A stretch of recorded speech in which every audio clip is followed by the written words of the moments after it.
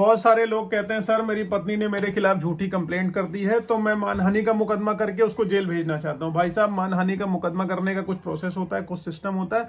बिना वो कंडीशंस को फुलफिल हुए आप मानहानि का मुकदमा नहीं दर्ज करा सकते हैं। मैं आपको बता देता हूं। आज मैं आपको इसी टॉपिक के ऊपर थोड़ा सा बताऊंगा कि 499 आईपीसी में मुकदमा कब दर्ज करा सकते हो। 499 में मानहानि के बारे में बताया गया, 500 में उसकी सजा के बारे में बताया गया।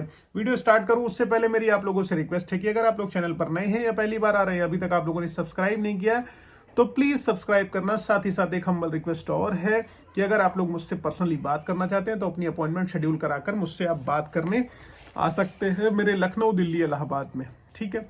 और फोन पर भी आप मुझसे बात कर सकते हैं। देखिए, मानहानि कब होती है और कैसे मानहानि मानी जाती है। जब कोई व्यक्ति किसी के बारे में कुछ ऐसा लिखता है, बोलता है, किसी भी तरीके से, आइदर रिटन और ओरल और वर्बल, किसी भी तरीके से थर्ड पार्टी से बोलता है जिससे उसके मान सम्मान प्रतिष्ठा पर आंच आती है, तो उसको मानहानि माना जाता है। अब पति पत्नी एक कमरे में लड़ाई कर रहे हैं तो मानहानि नहीं हो जाएगा। मानहानि तब होगी जब वो जो है लड़ाई झगड़ा कर रहे और बाहर वाला कोई सुन ले, मतलब एलिगेशन जो एक दूसरे के ऊपर वो लगा रहे हैं, बाहर वाले को उसकी जानकारी हो जाए, तब मानहानि माना जाएगा। मतलब कुछ भी आरोप जो पब्लिकली लगाए जाएंगे, मतलब पब्लिक के समक्ष लगाए जाएंगे, रिश्तेदारों के सामने, दोस्तों के सामने, ऑफिस में।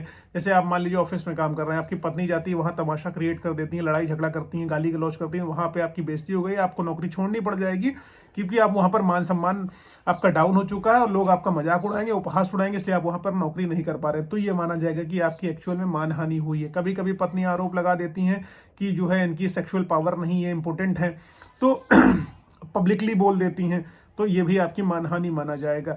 अब मानहानि तभी होगी जब जो भी आरोप लगाए गए हैं वो एक्चुअल में झूठ हो, सच ना हो। मान लीजिए आप क्रिमिनल हो, आप अपराधी हो, आपको गैंगस्टर बोल रही है, तो मानहानि नहीं है, सत्य है। जब आपने कोई कृत्य किया नहीं, उसके लिए झूठ बोला जा रहा है, तब वो मानहानि माना जाएगा। अगर आप पहले ही कर चुके हैं तो मानहानि नहीं माना जाएगा, ठीक है।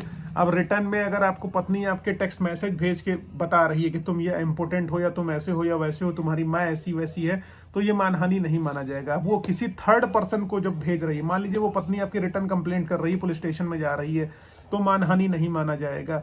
जब आप केस जीत जाएंगे तो ही मानहानि होगी, और बिना जीते कोर्ट आपका केस एक्सेप्ट ही नहीं करने वाली भाई साहब।